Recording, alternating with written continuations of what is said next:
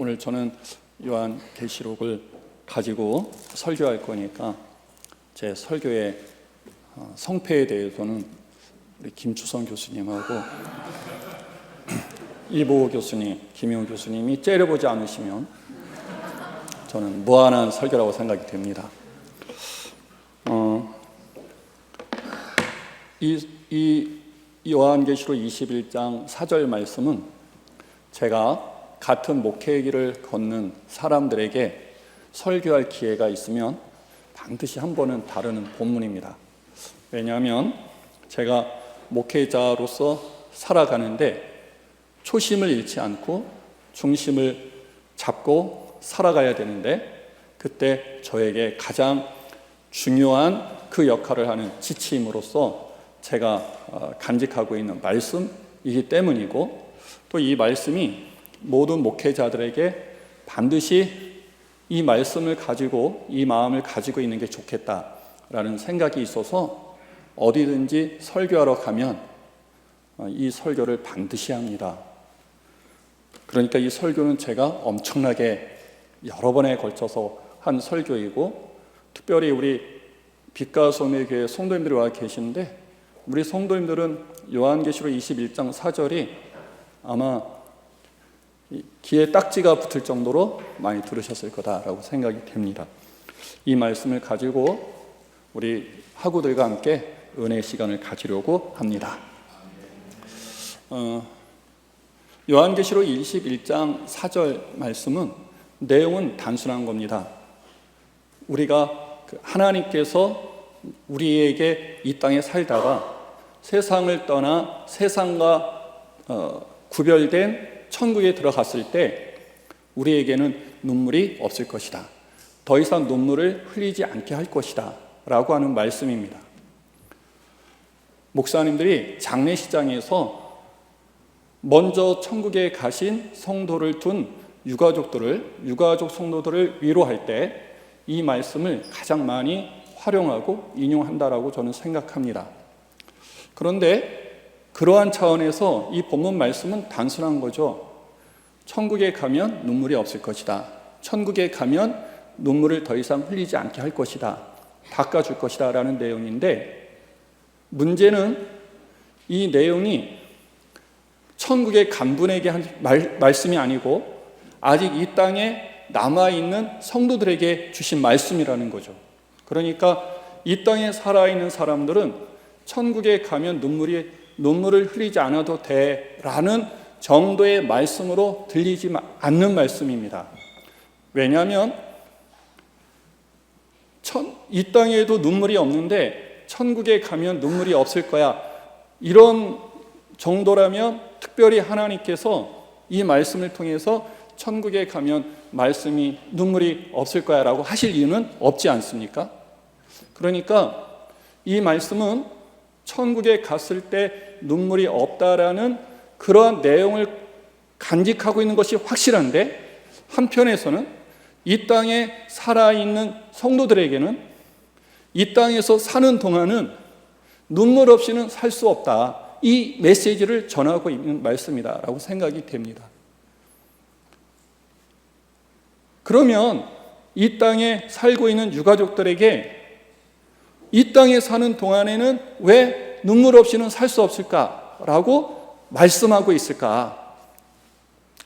요한계시록 전체에서 이 땅에 사는 동안에 성도들은 눈물 없이는 살 수 없다라는 이 메시지를 요한계시록 전체에서 담고 있는데, 한번 그 내용을 잠시 살펴보려고 합니다.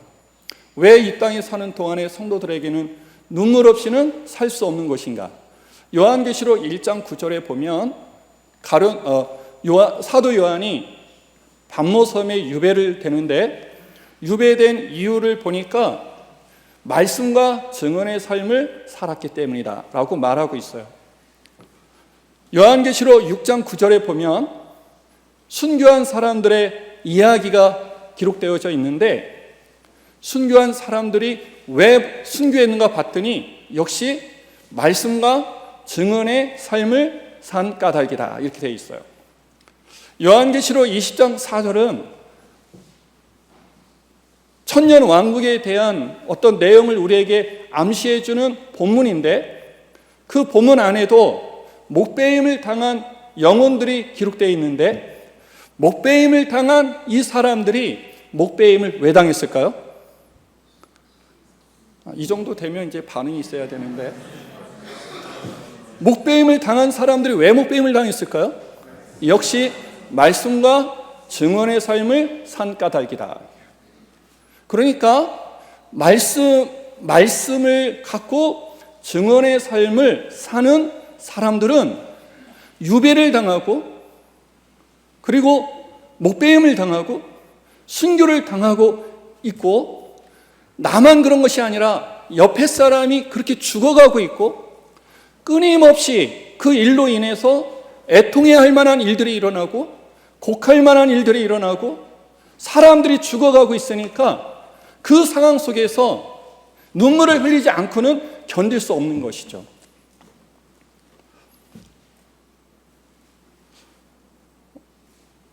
하나님께서 이사야를 불렀습니다. 근데 부를 때 어떻게 부르셨냐니까 야, 누가 누구를 보낼까? 누구를 보낼까?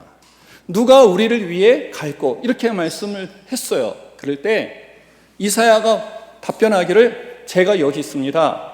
저를 보내주십시오 라고 그렇게 요청을 했고 이제 가게 되는데 하나님께서 이사야에게 이렇게 말씀하셔야 됐잖아요. 많은 사람들 중에 너만이 간다고 하는구나. 너 정말 용단을 내렸다. 네가 간다고 하니까 네 인생은, 네 삶은, 네 사역은 내가 책임질게. 너 걱정하지 마라. 네 눈에서 눈물 흘리지 않게 할 거야. 너를 대적하는 사람들 내가 다 처치할 거야. 이렇게 말씀하셔야 되는데 정작 하나님은 그렇게 말씀하지 않으시죠. 이사야야, 네가 간다고 하는데 내가 너에게 할 말이 있다. 네가 가서 내가 너에게 맡긴 말을 전해야 되는데 그 말을 전할 때 그 사람들은 네 말을 듣지 않을 거야. 여러분, 말씀을 맡은 자가 말씀을 전할 때 말씀을 듣는 사람이 말씀을 받아들이면 같이 신앙생활을 하는 거예요. 그런데 말씀을 전했는데 말씀을 들은 자가 말씀 받기를 거절하면 말씀을 거절했음에도 불구하고 상대방을 허락하면 자신의 정당성이 부정당하니까 절대로 방치할 수가 없죠. 그래서 복음을, 메시지를 부정하고 싶은 사람은 말씀을 전하는 대상을 반드시 처치를 해야 되는 거예요. 그러니까 하나님께서 이사야를 보낼 때 이사야야, 네가 가서 메시지를 전할 건데 복음을 전할 건데 사람들이 네 말 듣지 않을 거다. 이 얘기는 너 가면 죽는다. 이 얘기 하고 있는 거예요. 말씀을 맡았다는 것은 나의 색채, 나의 신앙, 나의 취향, 내 원칙, 내가 가지고 있는 모든 것들을 말씀을 나한테 맡기신 하나님의 뜻에 따라서 내 거는 버리고 하나님의 색깔로, 하나님의 원리로, 하나님의 원칙으로 살겠다는 것이 말씀을 맡은 것이거든요.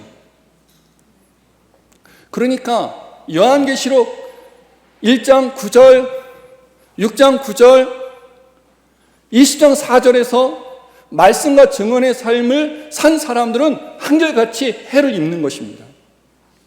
이 말씀을 정리한 구절이 또 하나 있는데 요한계시록 12장 11절부터입니다. 요한계시록 12장 11절은 교회와 사탄이 싸움하는 장면이에요. 그런데 결론은 교회가 이겼다 이렇게 돼 있어요. 이겼다라고 말하려면 죽냐 사냐의 그런 갈림길에서 싸웠는데 이겼으니 살았다로 끝나야 되지 않습니까? 근데 요한계시록 12장 11절 12절 그렇게 끝나지 않죠. 이겼는데 죽었다라는 것으로 끝나고 있어요. 말씀으로 증언의 삶을 산 까닭에 어떻게까지 하냐? 죽기까지 이겼다. 그러니까 요한계시록 12장 11절에서 이겼다라는 말은 싸움에서 살아남았다는 게 아니라 말씀으로 예수님을 증언하는 사역을 죽기까지 포기하지 않았다. 그것을 이겼다라는 말로 표현한 것이에요. 그러니까 요한계시록 어디를 봐도 말씀과 증언의 삶을 산 까닭에 하나님이 복 주셨다, 이 땅에서. 그런 내용은 제가 볼 수가 없었어요. 말씀과 증언의 삶을 산다는 것은 이와 같이 자기를 포기하고 말씀을 따라가는 건데, 이 삶을 살면 반드시 우리에게는 어떠한 삶이 오냐? 이 땅에서는 눈물을 흘릴 수밖에 없는 핍박과 박해가 올 수밖에 없습니다. 여러분, 이제 제가 질문을 하나 하려고 합니다. 우리 사랑하는 동역자들은 말씀을 맡으신 분들 맞습니까? 저에게 묻고 싶어요. 야, 유 목사, 너는 말씀을 맡은 거 맞냐? 두 번째 질문을 하려고 합니다. 우리는 말씀을 맡았는데 말씀을 맡은 자로 울고 있는가? 만약에 우리 학우들이, 또 우리 모두가 말씀을 맡은 자로 존재하기는 하는데 울고 있지 않으면 어쩌면 우리는 말씀을 맡기는 했지만 말씀을 맡은 자로 살고 있지 않다라고 저는 확신합니다. 사도 바울이 예루살렘으로 귀환하면서 두로에 멈추게 되는데, 두로에 있는 사람들이 소식을 하나 알게 됩니다. 바울이 예루살렘으로 가면 결박당하여 이방인들의 손에 넘겨질 것이다. 그러므로 바울을 향해서 올라가지 마십시오라고 간청을 합니다. 바울이 그들에게 말합니다. 내가 올라가서 복음을 전하기 위하여 올라가서 결박당하는 것은 물론이요, 혹시 목숨을 잃는다고 해도 나는 각오하고 올라갈 것이다. 근데 이 바울이 올라가지 않으면 해를 입지 않는 것이죠. 바울이 복음을 전할 때 바울은 소아시아에서 복음을 전하고 싶었었어요. 그런데 어느 날 마게도냐인이 환상 속에 나타나서 우리한테 와서 복음을 전해 주십시오 하는 것 때문에 바울은 자신의 모든 플랜과 계획을 다 뒤로 하고 하나님의 뜻인 줄 알고 그 길로 가는 것입니다. 바울은 자신의 색깔, 자신의 취향, 자신의 원리, 삶의 원칙 다 갖고 있었던 사람인데도 불구하고 하나님의 뜻이라고 하면 자신을 가감히 놓고 그 길로 갔어요. 바울이 왜 그랬을까 고민해 봤는데 우리가 바울을 추적할 수 있는 곳이 두 곳이 있습니다. 하나는 빌레몬서인데 바울이 오네시모를 빌레몬서에게 보내요. 오네시모가 바울에게는 소중한 사람이었습니다. 그런데 빌레몬 사이에는 문제가 있는 사람이었어요. 그래서 내가 소중한 사람이니까 내가 그냥 간직하고 쓰면 되는데, 같이 동역하면 되는데, 바울은 허락이 안 돼서 그를 빌레몬에게 보냅니다. 보내면서 빌레몬아,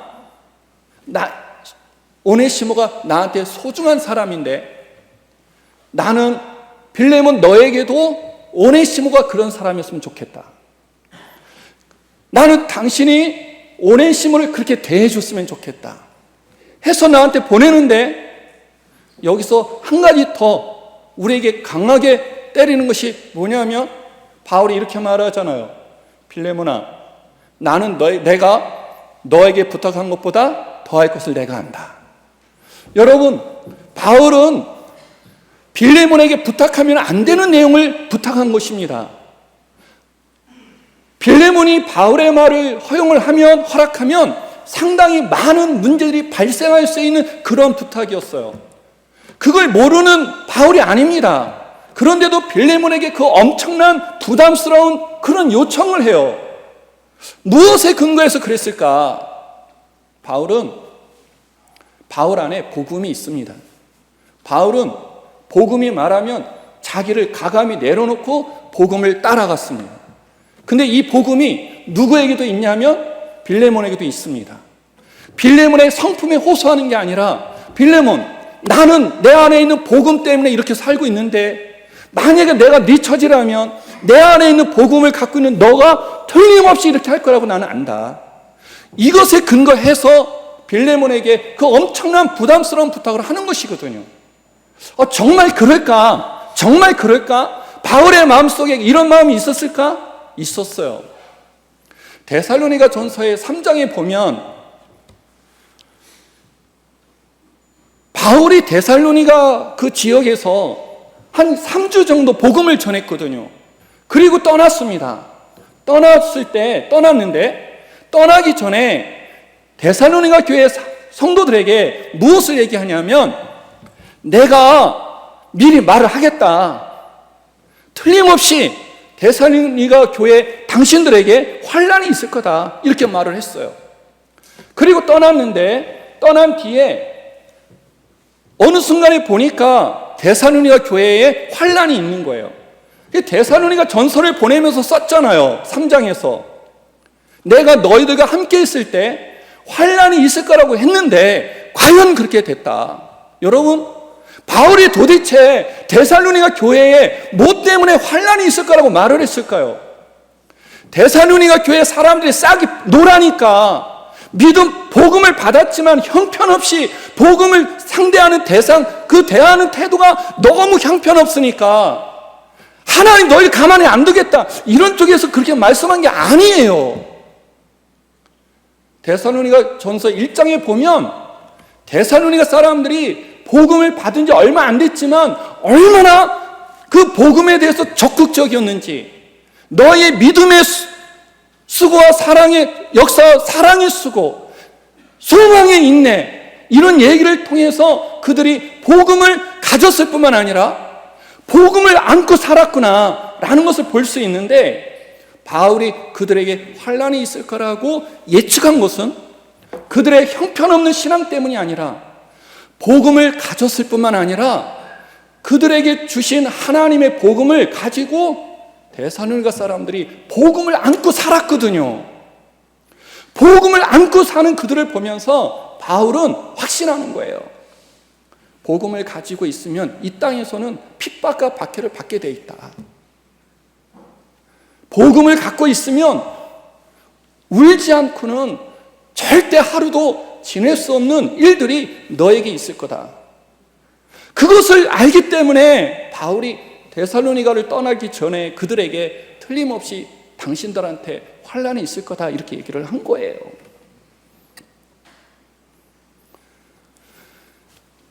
베드로와 요한이 공회에 잡혔습니다. 그리고 공회가 그들을 놔줄 수밖에 없게 되었어요. 놔주는 대신에 요청을 합니다. 더 이상 가서 복음을 전하지 마라. 그랬더니 베드로와 요한이 뭐라고 말합니까? 우리가 사람이 하는 말을 따르겠는가? 하나님의 말씀을 따르겠는가? 우리는 보고 들은 것을 말하지 아니할 수 없다. 그 얘기는 나는 복음을 계속 전할 거다.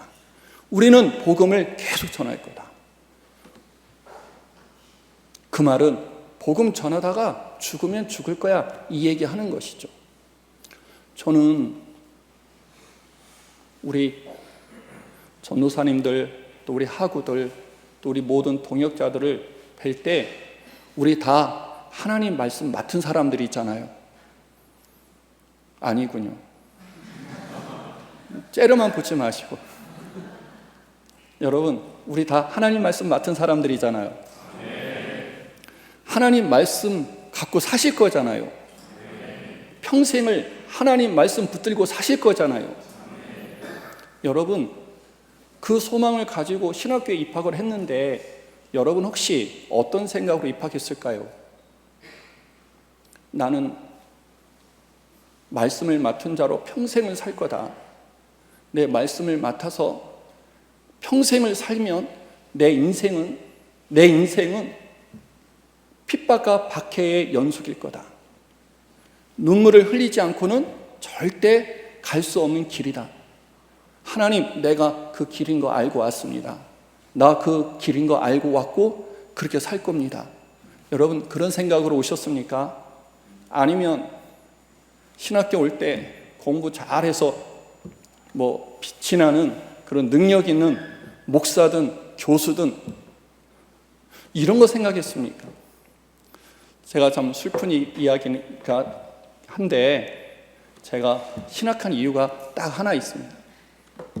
고등학교 때 순복음교회를 다녔었는데 순복음교회 담임 전도사님이셨는데 놀랍게도 신방을 하면 방학 때 항상 저를 데리고 신방을 하셨어요. 가서 보면 세상에 전도사님만큼 대우받는 사람을 내가 본 적이 없어요. 인절미를 주는데요, 사다 드리는 게 아니라 직접 만들어가지고 김이 모락모락 하는 걸 드려요. 모든 음식이 우리 권사님들 들으라고 하는 소리이기도 합니다. 잘하고 계세요. 너무 잘하고 계세요. 저한테는 분이 넘치는 권사님들이신데, 그래서 제가 그때 마음 먹었어요. 나는 신학한다. 왜? 신학교 가면 이렇게 대우받는 거구나. 길을 쓰고 여기까지 왔는데요, 대우보다는 눈물 없이 살 수 없었던 날들이 훨씬 많습니다. 저는 우리 학우들이 혹시라도 지금 웃으면서 좀 어깨에 힘 좀 주고, 그리고 당당하게 누군가 거느리면서 그렇게 만약에 목회를 할 생각이라면 저는 오늘 당장 자퇴하면 좋겠다고 싶어요. 이 길은 그렇게 갈 수 없는 길이더라고요.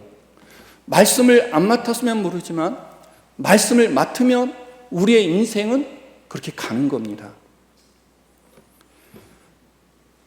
다시 한번 질문하려고 합니다. 여러분은 말씀을 맡으셨습니까? 또 한번 질문할게요. 진지하게 답변해 주세요. 우십니까? 울고 있습니까? 저는 대한민국의 많은 목회자들이 안 울고 있다고 생각을 합니다. 저는 대한민국의 많은 신학생들이 울지 않고 있다고 생각을 합니다. 아니, 목사님 그걸 어떻게 합니까? 저 알 수 있어요. 아까 우리 기도하는 전도사님이 기도했지만 대한민국에는요, 더 크게 진영으로 나눠져 갖고 난리를 치고 있잖아요. 싸우고 있잖아요. 세상은 그럴 수 있어요. 근데 그 싸움 중에 목사와 목사도 나눠져서 진영으로 나누어져서 싸우고 있잖아요.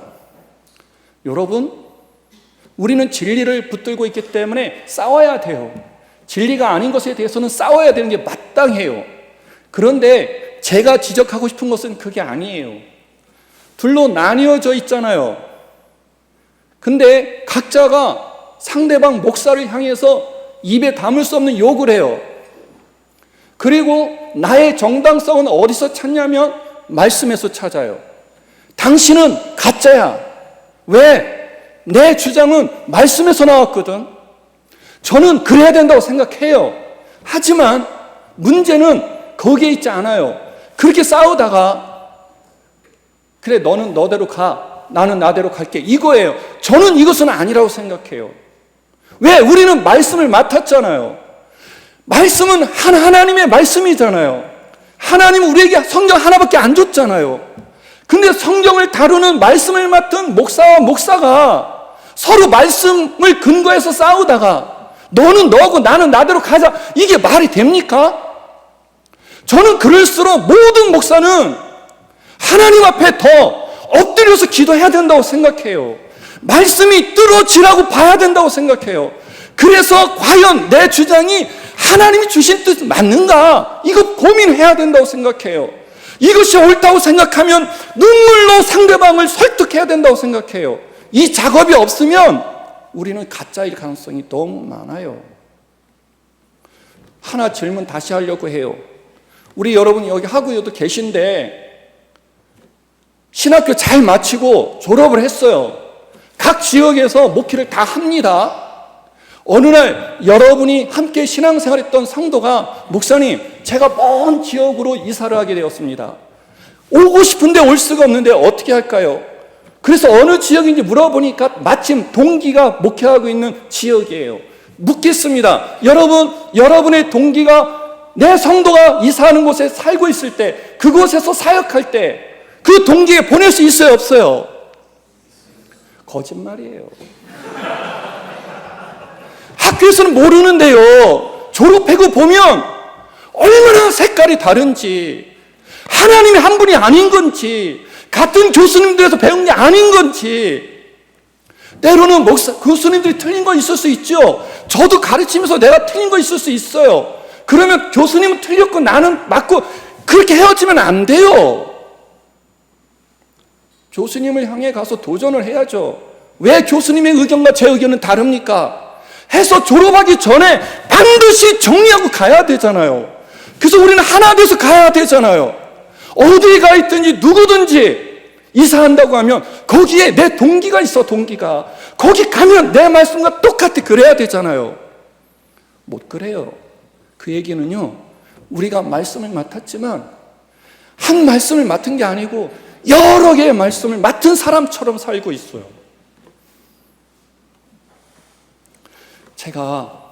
우리 교회는 제 교육 전도사님 초청할 생각을 아예 안 합니다.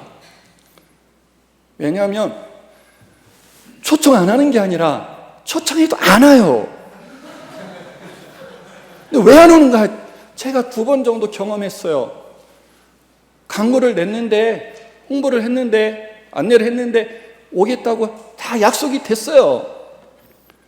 마지막에 목사님 저 못 가겠습니다 그러는 거예요. 그 왜인가 했더니 수요일 예배 때까지 가는 것은 내가 못 하겠다. 저하고 그분 사이에는 엄청난 개념의 이 시각의 차이가 있었어요. 파트라는 단어.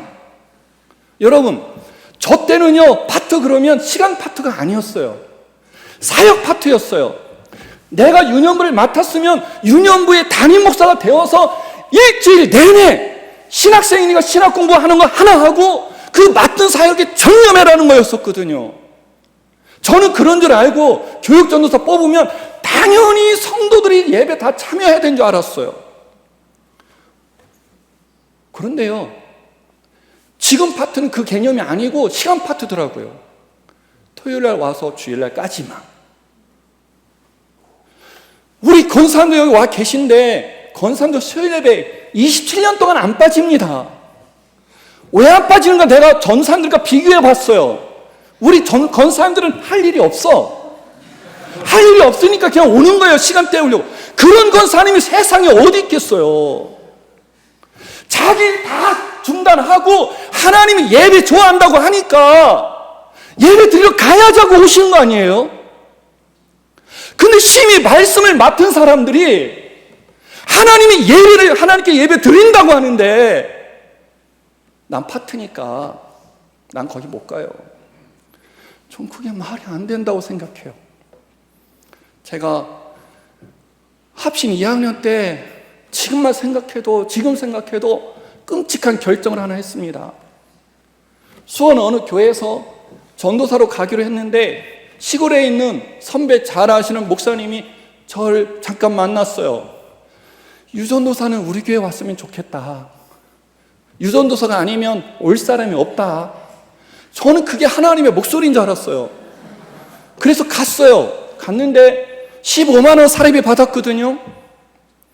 한 달에 한 번에 못 줘요. 매주 조금씩 주시는 거예요. 제가 가서 받으면 그 받은 걸로 차 타고 교통비 해서 여기 수원까지 오는 거죠.